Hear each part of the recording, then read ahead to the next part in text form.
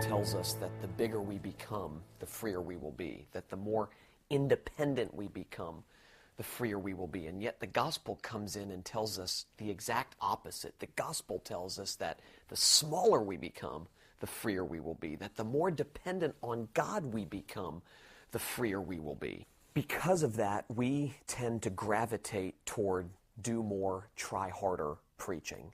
In fact, that really is the underlying message that comes from a lot of churches in the world today, catering to our desire to achieve, catering to our desire, our natural longing to make a contribution and to do it ourselves. A lot of preaching becomes nothing more and nothing less than to-do lists, and we gravitate toward that kind of preaching because we want to feel like we are in control of our destiny. We want to feel like we can do it. We want to feel like we possess both the brilliance and the willpower to get it done. And yet the gospel comes in and turns that upside down by telling us that it's actually the smaller we get, the freer we will be. That the more dependent on God we become, the freer we will be.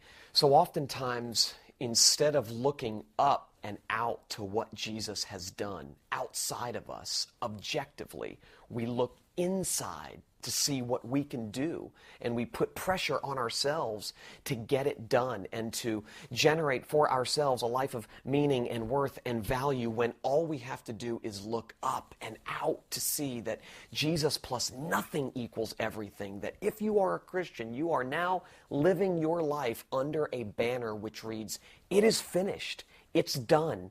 Everything has already been taken care of." Now, once that grips our hearts, we are free to live a life of generosity and sacrifice and courage and all of those things. So the question for me is really this: am I truly trusting in Christ's finished work for me? Or am I thinking that there's still something I have to do? There's still something I must accomplish. There's still something I need to achieve.